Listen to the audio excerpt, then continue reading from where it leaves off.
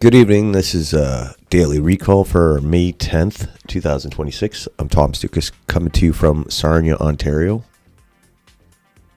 on this Sunday night. Hope everybody's having a nice night. Sunday, not a hell of a lot going on. Not a lot of fireworks or anything. So we'll look at the top stories here. This is the crazy is the polls showing the Liberals at record highs, or Carney at record approval rating, and the Conservatives not so much. So like a 10-point lead. Horrible, I know. After 10 years of Trudeau, we got this resurgent Liberal regime, whatever it is. Oh, it's horrible news. We talk about this a lot. Like, why are these polls, like, people are like, oh, the polls are fake. Unfortunately, there's probably some truth to it. Like, Carney gets all the boomers. They love him. He's like this island of image of stability, and he's gonna guard their pensions and real estate. The immigrants, overwhelmingly like Liberals, and Carney's very pro-immigrant, so all the immigrants, and then all the elbows up crowd, and the Trump derangement people, and the LGBTQ people. So you add all that up, plus you got just a pathetic conservative party, so all their soft conservative support goes to Carney. So just basically a horrible performance by the Conservative Party hasn't helped the situation.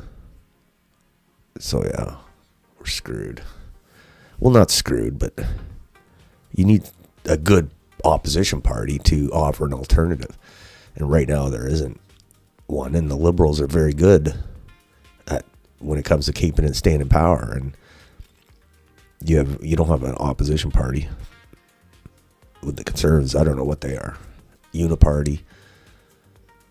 Okay. Let's read this. Abacus data poll from late April to early May shows 57% of Canadians approve of the Liberal government's performance. Oh my God. Up 3 points from that. Like, I don't understand it too. Like, can't go to the grocery store without being broke, like leaving broke. You can't afford a place to live. Now you can't afford to put gas in I got to put gas in my car tomorrow.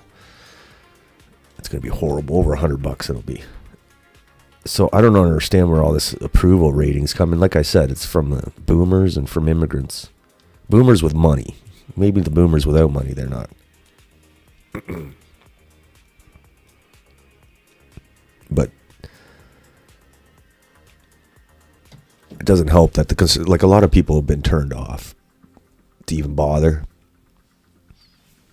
with the whole thing because the Conservatives, they're not an option. The gas is still 191.6. I'm not gonna put gas in tomorrow. About 191 something, whatever. Okay. So basically, they have a 46 to 36% lead over the Conservatives, like a 10-point lead. It's crazy.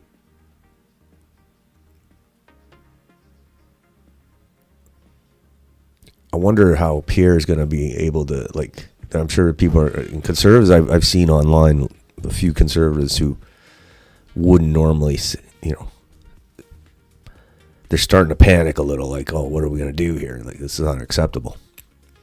So we'll see what happens with Pierre, if he can withstand the bad polling. If he loses any more MPs, who knows? Let's see what some of the reaction here. 18-year-old Canadians openly discussing how they will be better off when their grandparents die. It's getting ugly out there. Let's read that. Let's listen to that. Hold on.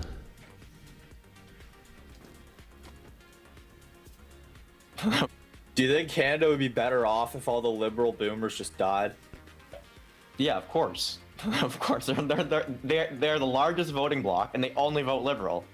Of course. Yeah. Yeah. Yeah. They only vote liberal and they like don't give a shit about us. So it's almost like, okay, it sounds mean to say, but it's like, why would we care about them when they're voting for people that literally screw over our generation? Then they'll say that we're like a heartless generation or whatever for like having this take. But it's like it goes both ways, right? Like, why would we care about them and them living just like a ride their little bicycle with their stupid little pension? Why would we care about that when they don't care about us and our livability in the country? You know, it goes both ways. The thing about baby boomers, right? We should care about them because they do have all this voting power, and it does affect us. Yeah. So we gotta try to somehow persuade them into not voting for blatant retardation. So that's the young crowd talking politics. Hold on. Yeah, of course. Okay. I always like to listen to hear what young people are saying about the state of Canada, because they're going to be influencing things more and more as the older generation dwindles. So they sound pretty frustrated. I would be too. All right, but that's who's supporting Carney, and like I said, all the immigrants. They vote liberal. They might not vote for a liberal party back home, but they'll vote for a liberal one here because they'll let their 25 cousins come. All right. There's this guy, Max. That's one of the guys talking. Canada would be better off without boomers. They destroyed the country. Culturally, sex outside marriage, birth control, abortion, radical feminism, no-fault divorce. Economically, unaffordable housing, soaring debt, stagnant wages, mass migration, and broke middle class. So this is what young people are saying. Okay. So yeah. Government approval hits new high. Liberals lead Conservatives by 10. Carney net impression plus 26. 55% says government is genuine break from Trudeau years. So they're eating that stuff up. They love Carney. I don't understand. Like I understand why he's getting those people to support him, because they're all, I guess, benefiting. So why not support him? I guess.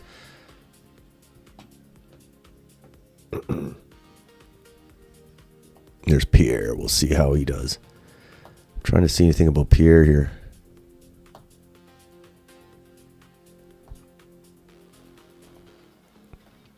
He's being criticized more, but we'll find out. 10 point behind 10 points. So it's got to change quick for him. But he says he's staying. All right. So that's the top thing I noticed today. Let's go down to the daily. The daily,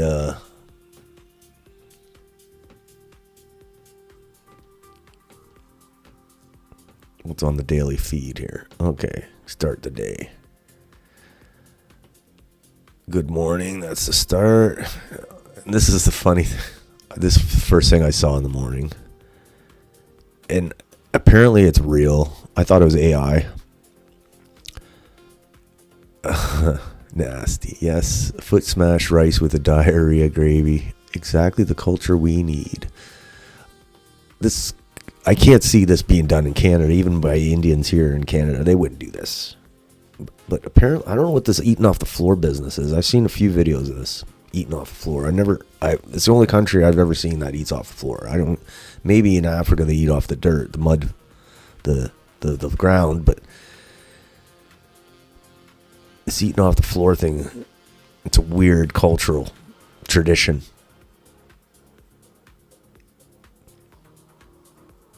I'm sure we'll see it in Canada soon enough. Okay,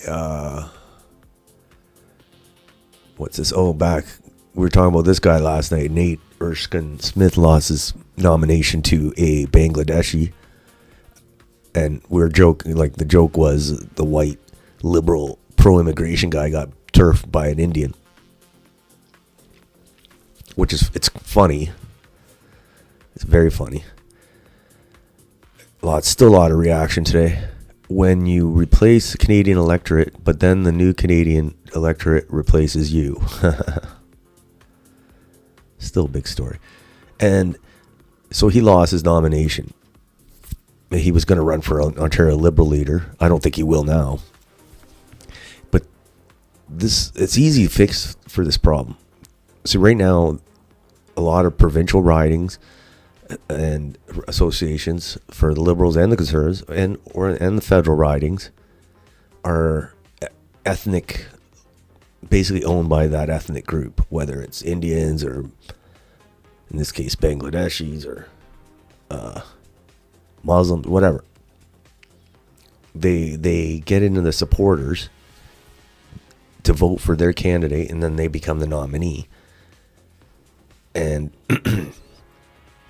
they have a decent chance of becoming a government MP or MPP.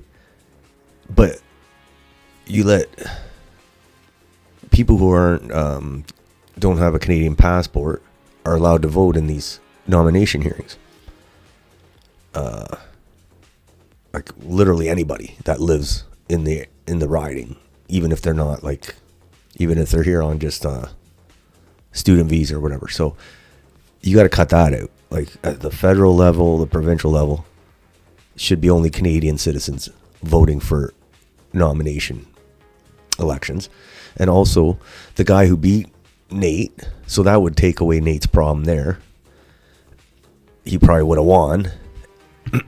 And then the guy who beat him wasn't even born in Canada. So if you ban people from running for office who weren't born in Canada, then you wouldn't have had that problem. And it would solve tons of problems in a lot of ridings across Canada, both at the provincial and the federal level. So you ban non-Canadians from voting in nominations, elections, and then you ban non-Canadians from, like those who weren't born in Canada, from running. So you take away a lot of this ethnic enclave corruption in nominations, and you also maybe even reduce foreign interference in the political system. So very easy fixes, but it's like it's instant fix if you do those two things. Here's Aristotle, who's a pretty smart guy. He said, according to Aristotle, republics are only possible among homogeneous ethnic groups. While tyranny flourishes in highly fragmented cultures, multi-ethnic society is the hallmark of despotic rule, which we have here in Canada, for it lacks philia, that fraternity of citizens which derives from genetic kinship. So yeah, in Canada's case, it's like basically it was successful because it was like a really British-centered state with a European background, like a support addition population, whatever. So yeah, we're pretty well screwed according to Aristotle in Canada. It's horrible. There's that. Carney government approval hits new high. Very depressing. But, conservatives must be very depressed because they could only say for so long with Pierre, like, oh, it's going to change. It's just around the corner. I mean, he already lost a 20-point lead. He lost his riding. He lost MPs. He's 10 points down the polls. I'm not saying he can't come back, but it's not good. Must not be good. All right. Here's another poll on the Ontario says Ontario PCs and Liberals statistically tied as Doug Ford's approval declines and political environment tightens further. Yeah.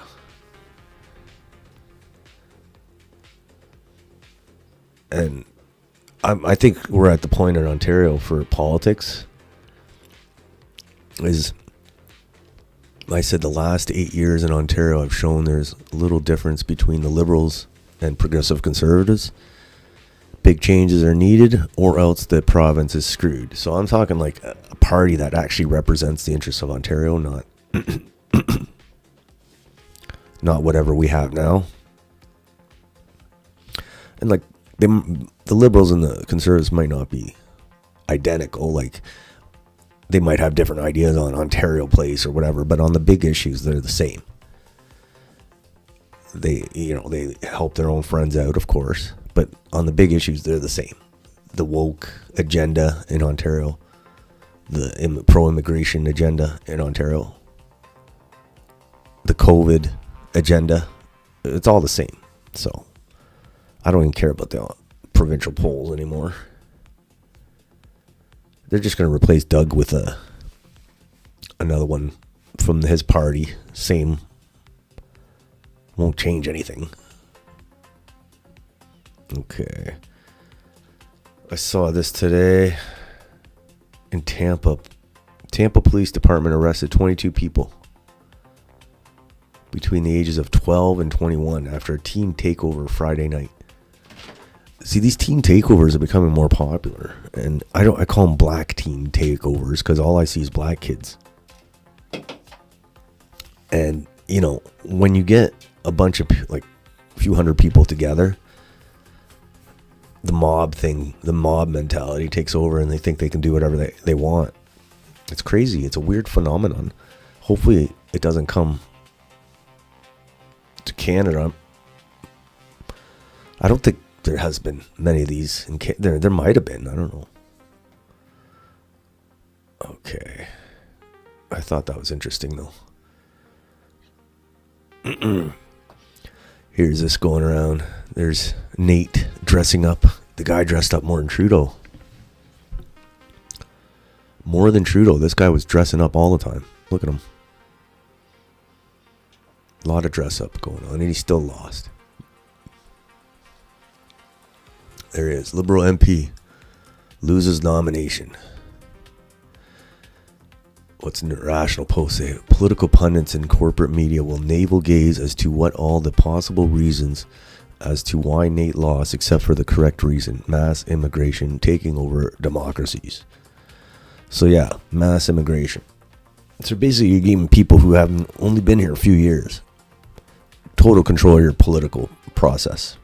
It makes perfect sense. Like I said, if you ban non-Canadians from voting in party nominations, make it a law. Say you have to be Canadian. And ban foreign-born people from, even if they have Canadian citizenship, if they're foreign-born, ban them from running. Then you have no problems, at least at the political level. But now, people who have been here 4 or 5 years are becoming cops, becoming politicians, becoming senior bureaucrats. It's crazy. It's crazy. It's disgusting, really. We want to be so nice that it was like, here's the keys. So here's the guy. All right. This is the guy he lost to. On May 9th, you will have the opportunity to choose your next Ontario Liberal candidate. Okay, so this is him. Let's see what he said. How he said. And the life is not He can't even speak English, this guy. You will have the opportunity to choose your next Ontario Liberal candidate. You deserve a local leader who is in it for you, who knows your concerns and will bring them to Queen's Park. I can be that voice for you.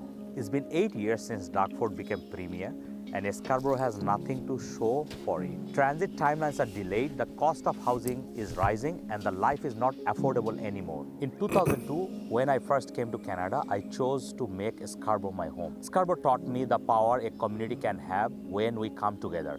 that our diversity and the way we hustle makes us who we are. They don't look like We they're deserve to have a voice assimilating. who reflects our community at Queen's Park. Let's do it together, Scarborough Southwest. All right. So basically, Bangladesh owns Scarborough Southwest. And you know, Bangladesh is a pretty well failed state, so it's like let's let them run Canada.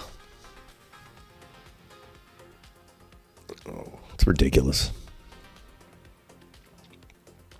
And then we got this guys like this. The reason the country's in the state. He's one of those crazy guys who this. Well, hey guys, just wanted to remind you all that Indian immigrants to Canada are generally kind, peaceful, intelligent, hardworking, family-oriented, patriotic individuals, and that we are lucky to have them as our neighbors and friends. So it's like, yeah, guys like this. Of course, he's got the Ukraine flag too. Guys like this, a lot of guys like this in Canada, but they'll change. A lot of them will change their tune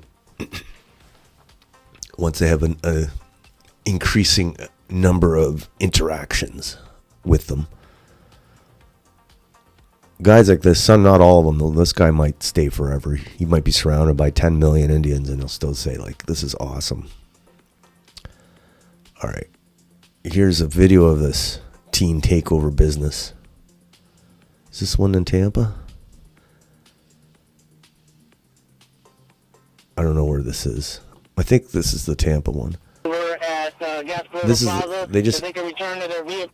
they just mass gather and wreck stuff, and then the cops have to come in and bust it all up.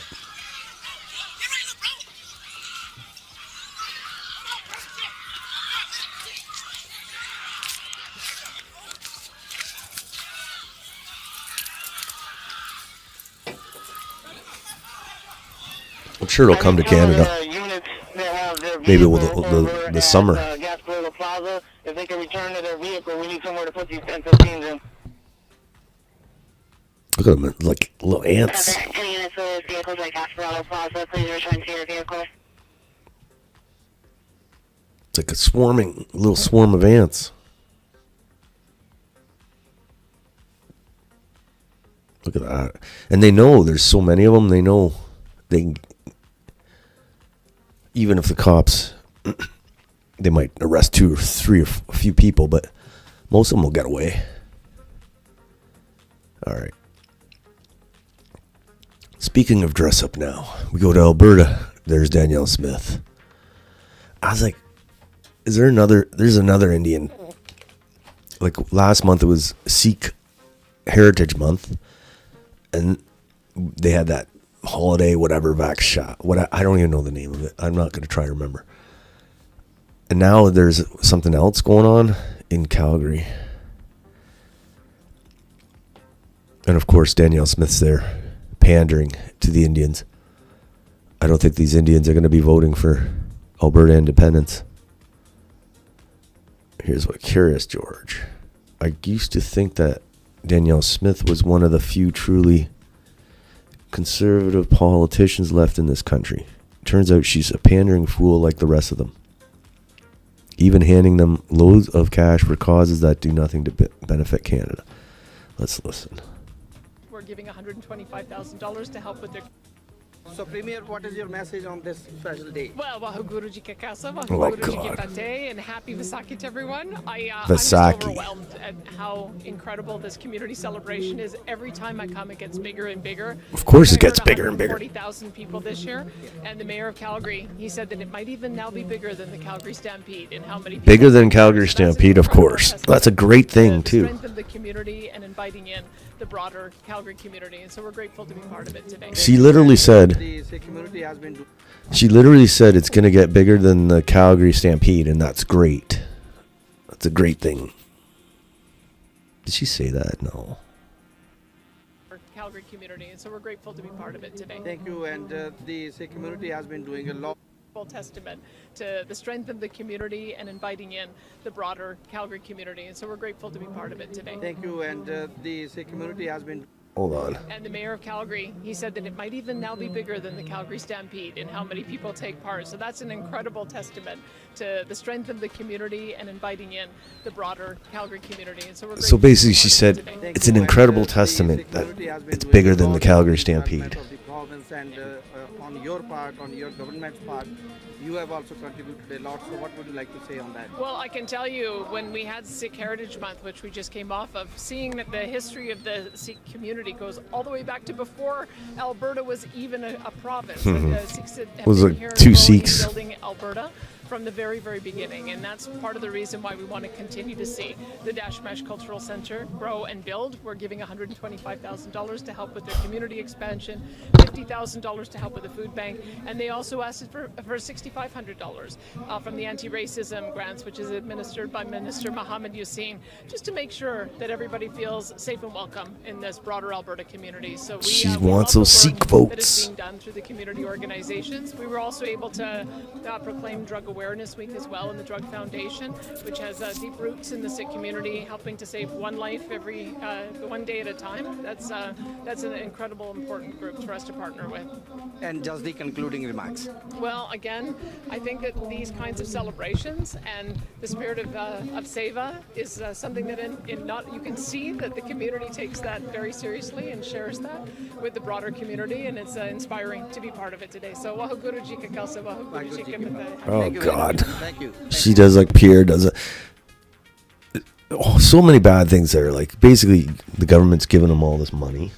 They're doing events that are bigger than the Calgary Stampede, so that just tells you how many are there. And apparently, that's great. All right, that's a great thing. All right, I like this post. He's talking about the guy who won the nomination against Nate. Come to Canada as an international student. Steal a job from Canadian teens at pizza shop. Buy Domino's pizza franchise. Bring foreign slaves through LMIA work permits. Instruct slaves to vote. Put token white guy in promo video. Replace candidate in writing. Canadian dream unlocked. It is funny actually. This is the guy's campaign video. For Scarborough, just vote for Hafiz. Go, Hafiz, go. Vote for Hassan al-Hafiz. Vote for Hafiz. Let's vote for Hafiz. Go, Hafiz, go.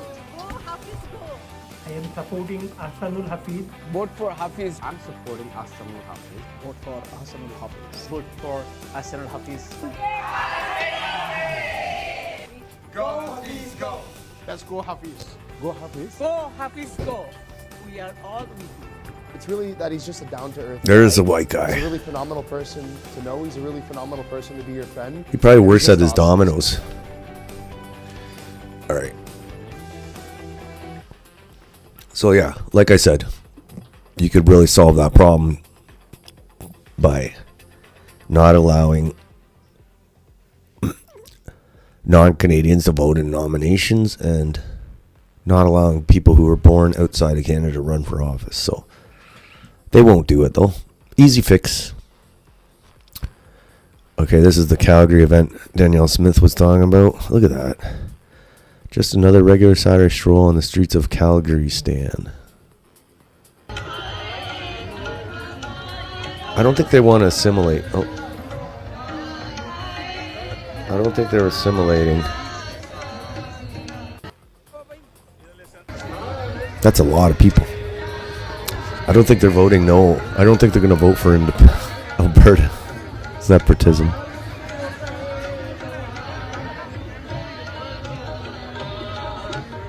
It looks like India. Holy shit. It's Calgary. The conservative stronghold of Calgary. It's crazy. All right. So yeah, they're always doing something. They have festivals all the time. Okay. Bangladesh, total shithole. total failed state, but we're going to let them come in and run the country, run the ridings of Scarborough. I don't mean to get Sunday started off on a negative premise. This is FlexJS.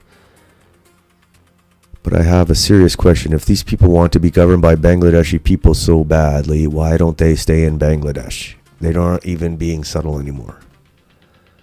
All right. Mission 1 completed. Congratulations to Dolly Begum and the Bangladeshi community. Together we showed that unity is our strength, and we proudly achieved our goal. She won the federal riding for the Liberals. So she must be Bangladeshi. I don't know. Now it's time for mission 2. As proud Liberal supporters, we now have another opportunity to make a difference. Our Bangladeshi candidate is seeking the Liberal nomination. If we stand united again, just like before, we truly believe we can keep this MPP position within our community. Imagine if white people said that. If we keep this within the white community. Let's come together once more and support him in securing the nomination. Yes. So yeah, that's how they do it. It's tribal. They come over here and they do the tribal stuff. It doesn't help the constituency. The riding. It doesn't help the riding, this stuff. It helps them. But the riding goes to shit. Alright. Harrison Faulkner. How ethnic voting and mass immigration just ruined the political career of Nate Erskine Smith.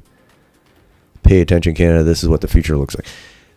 Yeah, he's toast. Like, he's not going to run for Liberal leader. If he does, he won't win.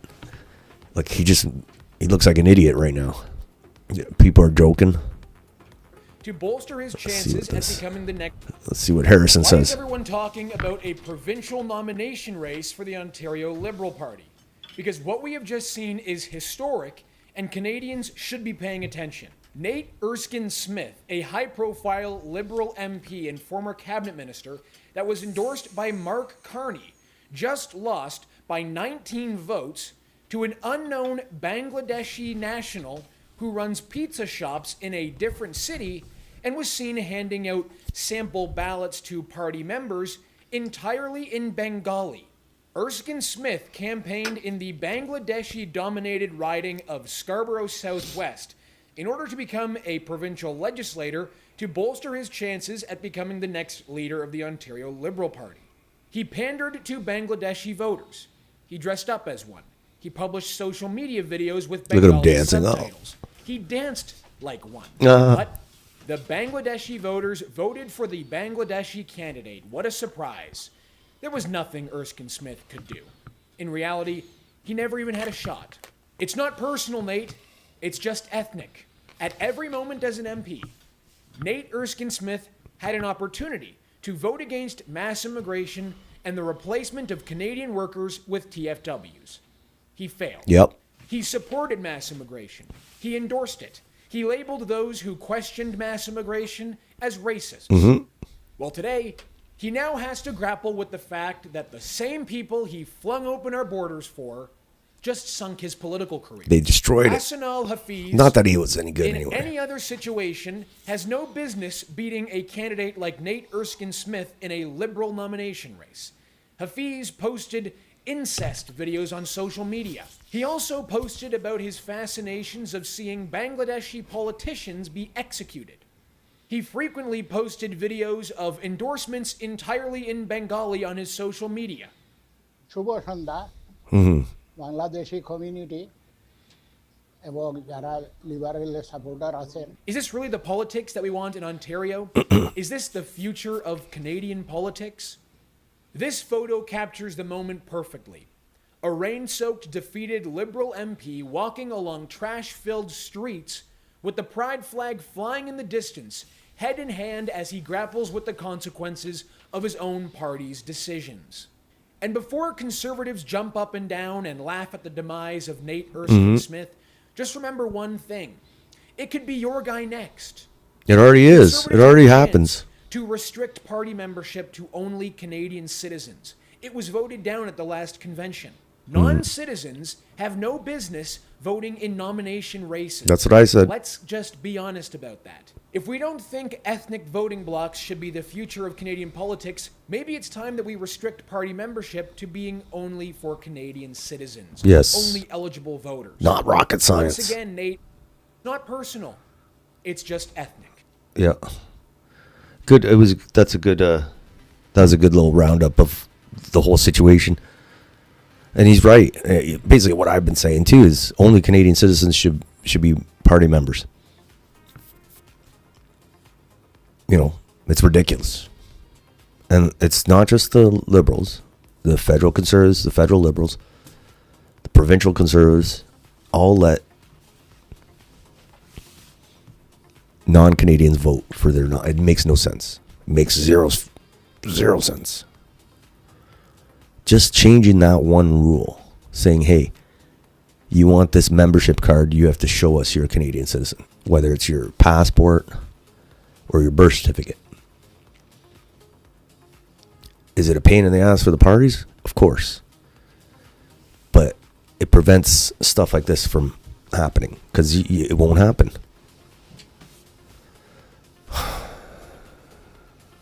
Yeah, and like Harrison said, they had a chance at the Conservative convention to vote this, and they voted, of course, to keep allowing non-Canadians to vote. All right, so easy fix, but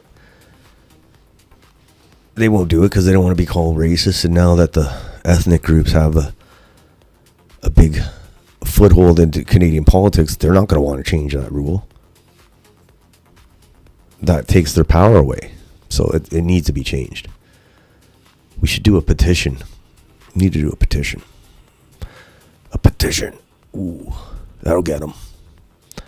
All right, here's Ryan Hemsley. I thought there was an interesting post. He says, I'm just going to say it. There are too many Indians in Canada. We don't hate you. We just don't want you here anymore. Okay. The reason I said this guy's not usually anti-Indian. He's usually anti-Muslim. Him and his woman, Cat Canada. They're usually only focused on Muslims, and they don't say anything about Indians. So the fact that he said something about Indians like this, in this context, it kind of shows the Indian fatigue growing, because even the civic kind of nationalists, or just the anti-Muslim immigration guys, are starting to get sick of Indians. There's too many. All right. And look at this, third world Vancouver. While we're filling endless stream of immigrants from Africa and the Indian subcontinent, we got Vancouver's gone to shit. Streets are filled with people with severely infected legs, unconscious individuals passed out on the sidewalks, and amputees. Look at this.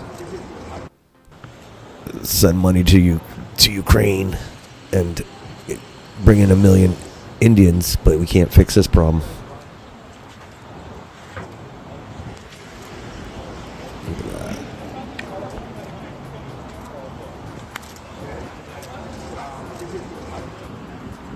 Oh. We saw pictures of Toronto the other day, and the same thing. Same situation. Here's one little thing on Iran. Netanyahu effectively calling for U.S. ground forces to seize Iran's enriched uranium. Only caveat, he admits he's dodging saying those exact... Okay. Major escalation, more than likely. Yeah, we're still waiting to see what's going on there. They're kind of just supposedly negotiating, but I think they'll get back to it. Back to the war. Will be removed. Let's see what he says here. Is the war with Iran over? Oh, and I said before, don't listen to anything Trump says. Just listen to what this guy says. Isn't, who will decide when it is? I think it accomplished a great deal, but it's not over because there's still nuclear material, enriched uranium, that has to be taken out of Iran. There's still enrichment sites that have to be dismantled. There's still proxies. A lot of work to do. Iran supports. There are ballistic missiles that they still want to produce. Now, we've degraded a lot of it, but all of that is still there, and there's work to be done. How do you envision the highly enriched uranium will be removed from Iran? You go in and you take it out. With what? Special forces from Israel, special forces from the United States? Well, I'm not going to talk about military means, but what President Trump has said to me, I want to go in there. And I think it can be done physically. That's not the problem. If you have an agreement and you go in and you take it out, why not? That's the best way. What if there isn't an agreement? Can it be taken out by force? Well, you're going to ask me these questions. I'm going to dodge them because I'm not going to talk about our military possibilities, plans, or anything of the kind. And I'm just trying to get at how long is it going to take to achieve that aim? I'm not going to give a timetable to it, but I'm going to say that's a terrifically important mission. All right. Yes. Is the war with Iran over? So the reason I played that clip is because Trump, he tweets all the time, he gives press, he talks all the time to reporters, but this is the guy who's running the war. So that's why I just saved all that time instead of listening to Trump. Okay. So we're almost done for the night. This is a crazy thing. This happened. I drive a motorcycle, so I'm obviously always worried about getting into an accident because the motorcycle guy usually takes the worst of it. But this is crazy. I don't know if this is Indian related, but I wouldn't be surprised. CCTV footage has emerged from the serious collision on Scott Road in Surrey, BC, so it's probably an Indian, involving a motorcycle that was left hanging from a traffic light pole. Like the motorcycle went airborne and it's hanging from the oh my gosh, that's crazy. Despite the severity of the crash, the motorcyclist survived and sustained serious but non-life-threatening injuries. Good. Glad he survived. All right, let's watch it.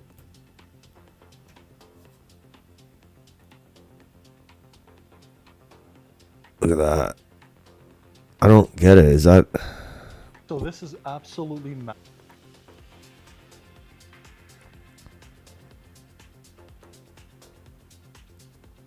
So the bike went up. Massive. Let me see. So it went airborne, hit the hood, and then went airborne. That's crazy. And the guy survived, though. So good for him. I just thought that was interesting. Surrey, BC, too. It's the Brampton of the West. And this will be the last one. Huge crowds expected as Calgary's Northeast celebrates Sikh culture with Nagar Kirtan parade. So last month it was some other Val Shalki, whatever. This month is the Nagar Kirtan parade. I see more Indian cultural stories and more Indian political stories than I do Canada on Canadian news. It's crazy. Nagar Kirtan, Calgary's second biggest parade, takes place Saturday in Northeast, and traffic is going to be disrupted. The parade, a celebration of Sikh culture, featuring singing, dancing, music, and food. Okay. Organizers say they're on their website they expect upwards of 80,000 people to attend, and all the Calgarians are welcome, of course. The only parade in the city that annually draws more is a Stampede parade. Anyway, it's like every month they got a different thing. So they're basically turning us into India.